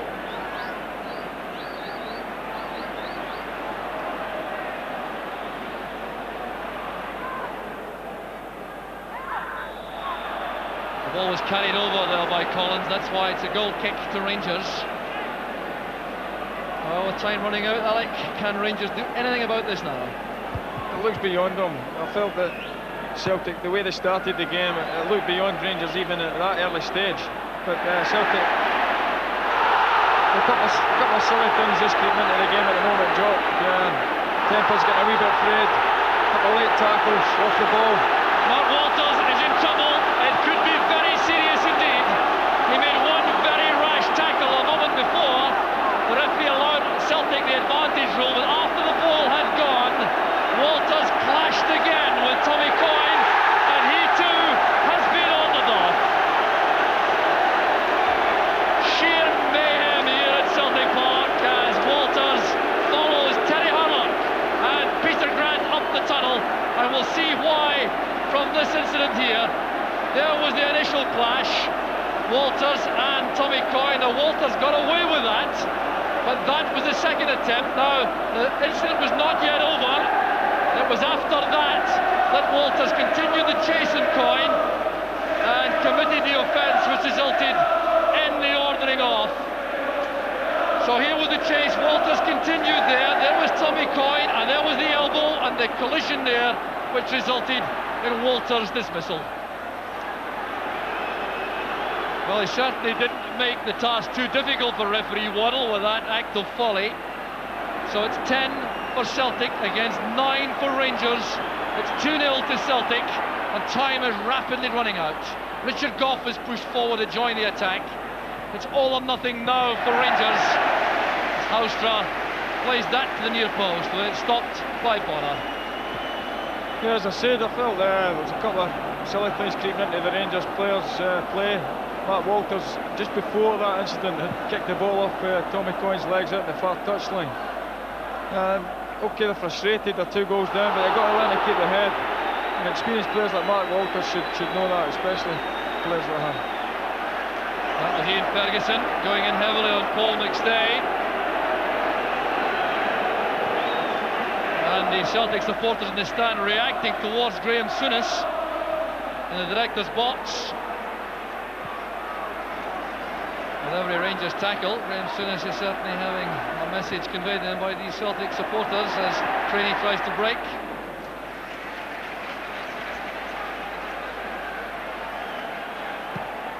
Well, Graham Souness chewing his gum there, looking very solemn as you would expect. In a very unhappy Scottish Cup occasion once again for the Rangers manager. And there's more trouble over on the far side. Now what's going on here? The linesman is involved. Anton Rogan clutching his face. Mark Hateley was in the vicinity, and the linesman George Kerr is now explaining to referee Waddle what happened.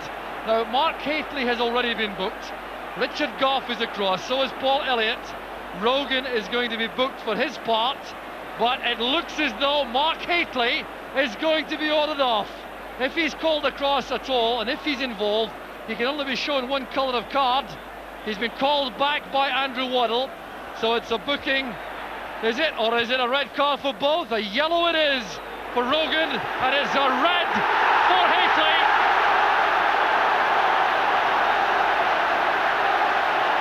The long walk for Mark Hateley. He lost his head without question as the game wore on, and the inevitable result is an early bath for the England international. So now it is 10 against 8. Rangers with 3 men ordered off for an off-the-ball incident there. Mark Hateley clashing with Anton Rogan after the ball had gone, right in front of the eyes of linesman George Kerr from Larbert. And the referee Waddle left with no option at all once again, and Rangers clearly now have completely lost their heads. It's a real tragedy for the game, there's no question about that, the fact that things have developed as they have. The tension's running so high in a match of this intensity, and Rangers clearly with that 2-goal deficit and things not going their way, beginning to lose their heads. There's Coyne playing it forward.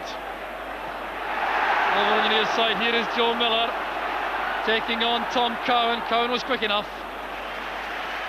Well, the big hope now, Elliott, really is that we can get to the end without any more trouble on the field. Yeah, well, there's been 4 sendings off, but I don't think any of them have been for particularly bad fouls, or it's not been a dirty game. It's just been petty, silly things, and probably from players who should probably know better. Well, Peter Housetrott replaced Trevor Steven early in the match, but he's had very few chances to demonstrate his skills. So much has been the dominance of Celtic at the key phases of the match.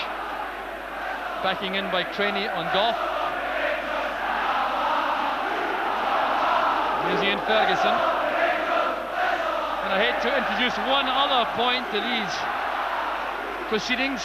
These sides meet again 1 week from today in a league match.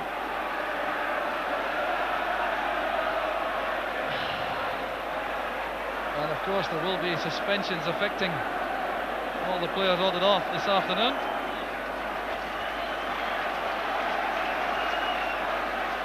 It is also quite remarkable the fact that among the Rangers players, all 3 who've ordered off are Englishmen. So they've been introduced to this torrid Scottish occasion, and the result has been that they have become so embroiled in everything that they've finished up being ordered off. Oh, that's good play by Miller, taking the ball for a stroll now, rather. Brought down there by Houstra and Cowan. So a sea of Celtic scarves behind Chris Woods now.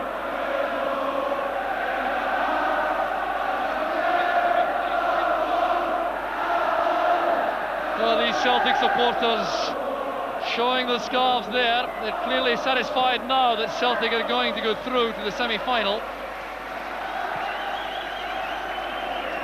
So 4.5 minutes left for play, plus any stoppage time, which referee Andrew Waddle feels inclined to add. I have the feeling too that there won't be too much demand on the part of the Rangers players for that to continue when the deficit is 2 and not 1.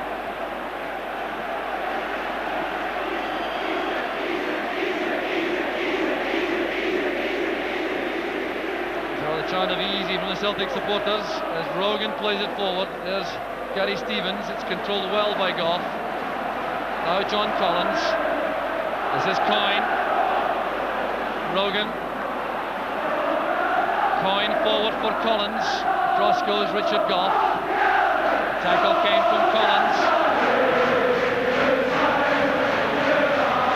Well, the chanting and the singing and the cheering coming from these Celtic supporters inside the 53,000 crowd.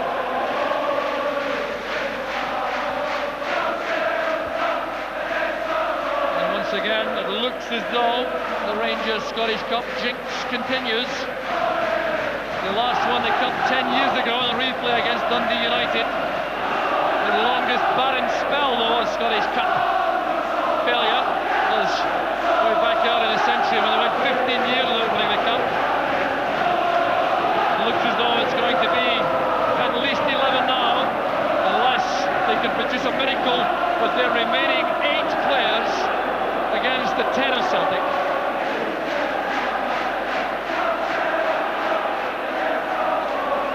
Well, Joe Kirk criticised the players earlier on for getting a bit het up in this atmosphere, but then again, I've never played in an Old Firm game, and the tensions are extremely high, and the stakes are also high. This is Rogan. Now Collins.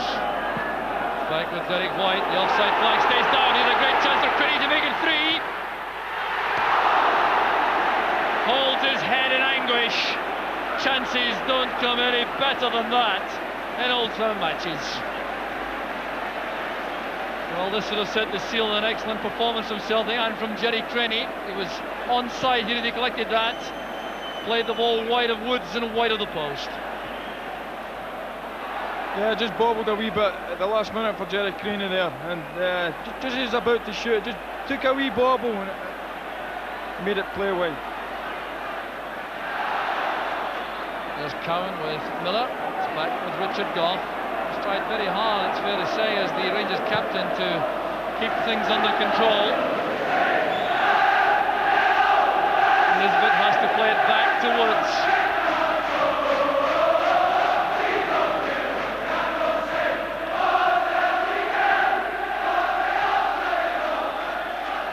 Bit of elbowing there by Houstra while the ball was in the air.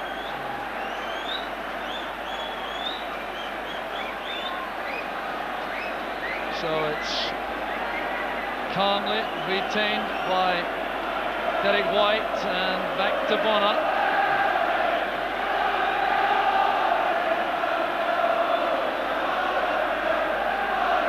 Here's Rogan. Long way back to Bonner. It's only a question now for Celtic of seeing out time safely. 1 minute plus stoppage time to go.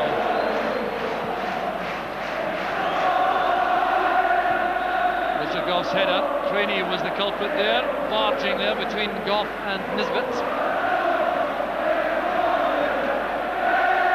So Cowan giving the free kick to Richard Goff. Well, Underwater didn't reckon with this. His first Old Firm match, he's ordered off 4 players. The first, perhaps the most controversial. That was Peter Grant for the second offence in charging a free kick before it was taken. Then an easier task of Hurlock, had a swipe at Coyne off the ball, and Mark Walters lost the head too with Tommy Coyne. And ending there with Hateley clashing with Rogan. Here's Dubček. And Creaney trying to direct the header on target there in front of goal.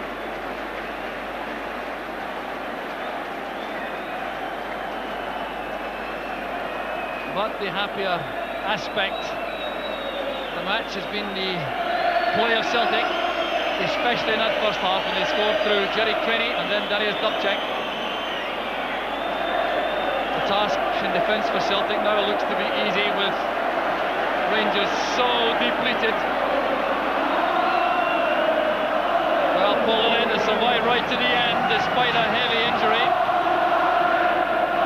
It was a brilliant start by Celtic to the match that set the tone for the game as far as their performance is concerned. A super little goal by Jerry Creaney, and from then on it was going to be Celtic's day.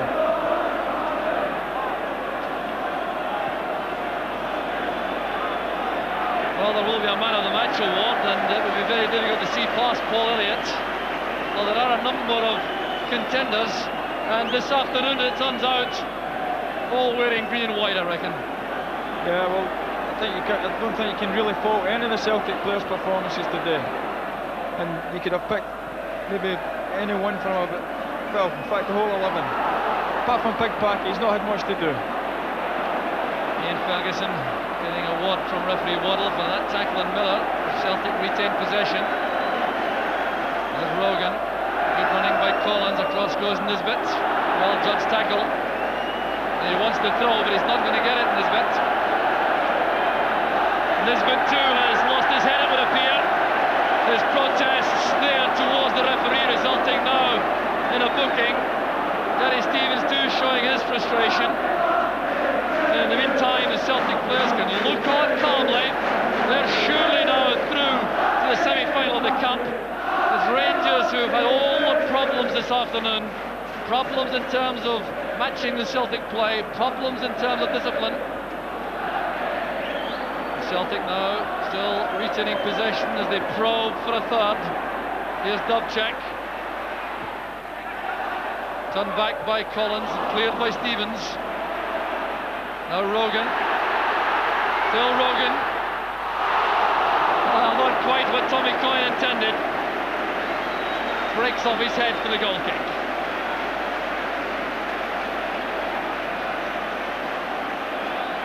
So there was Rogan's shot, deflected by Coyne, wide of the target. Well, the referee now has allowed almost 3 minutes of injury time. There's certainly been plenty of that too in the second half, a lot of stoppages. It has been by no means a classic football occasion, although Celtic went about the task in the first half extremely well with a committed, fast approach, which won the game in the end. There's the final whistle. Celtic are the winners by 2-0. Jerry Creaney in 6 minutes, Darius Dziekanowski in 37, and Billy McNeil is talking to Rob McLean. Billy, that was an amazing game. Well, we felt before it, Rob, if we were allowed to play football, then we would win. We did play football and we did win. The most important aspect about it, and it's not to be forgotten, is that we played the football here today. We were entitled to win, and we never lost our composure, which was more important.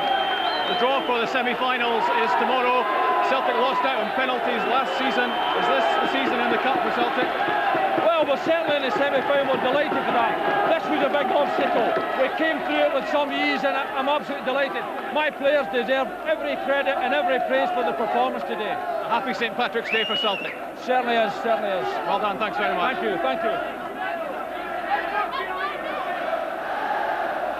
So at the end of a torrid 90 minutes of Scottish Cup tie action, it's Celtic who go through by 2-0. But I would have to say that this was not the kind of cup tie that anyone would want to see. A total of 4 orderings off. There were some fairly ugly scenes both on and off the pitch. There will clearly be repercussions. I think the SFA will obviously want to look at various aspects of the game, and I think it's taken an awful lot of the gloss off a very good Celtic performance, Murdo. Yeah, I think first half they were so good, well on top, played great. Second half there's so many incidents on the park off the ball, which was very disappointing. You know, if you've got to take your grievance out against a player, wait till he's got the ball, go and win the ball fairly. But I think everything off the ball just spoiled the game today. David, you've played in so many of these games, as has Murdo. It is easy to become caught up in the tension, but you can't really justify some of what we saw this afternoon. No, I think it was disgraceful the second half, both sides. I think, to me, the referee didn't have control of the game at any part of it, right from the start. But that's no excuse for the behaviour that went on during the game. And I think all the ordering offs were really justified in the end. There's nothing else he could do. Murdo, obviously Andrew Waddell's handling of the game will be the subject of a lot of discussion. As Davey says, the orderings off were justified, but before that, would you have any criticism of him? Yeah, I think probably it was a build-up of things. He gradually lost the game a wee bit. I think it wasn't just at one particular incident, it was a few incidents that built up, and the first ordering off, the second one shortly after it, and the last 15 minutes, you know, players were getting away with what they wanted to get away with. That's right. It's difficult to look for good things in the second half, David, because really the whole atmosphere turned really quite ugly. But there was some skill on display, but Rangers never really looked as if they were going to come back into the tie, did they? No, I think when Terry Hurlock gets sent off, they had the extra man at that time and they were looking to get a goal then. He got ordered off and their hopes, I think, faded then. Mark Walters early on in the second half got a couple of balls across, but they never really looked like getting back into the game. I think Rangers lost the game today in the first 15 minutes. They didn't seem to have the appetite that Celtic had, and the result justified in the end, I think. Celtic obviously will take all the plaudits for the way they approached the game, particularly Murdo, I think. Yeah, I think this game will be remembered for the first half. The way they played, it was even Stevens, but the way Celtic played, they applied themselves right from the start. They got their goals there, the first goal very early, second one just before half-time, killed off Rangers completely.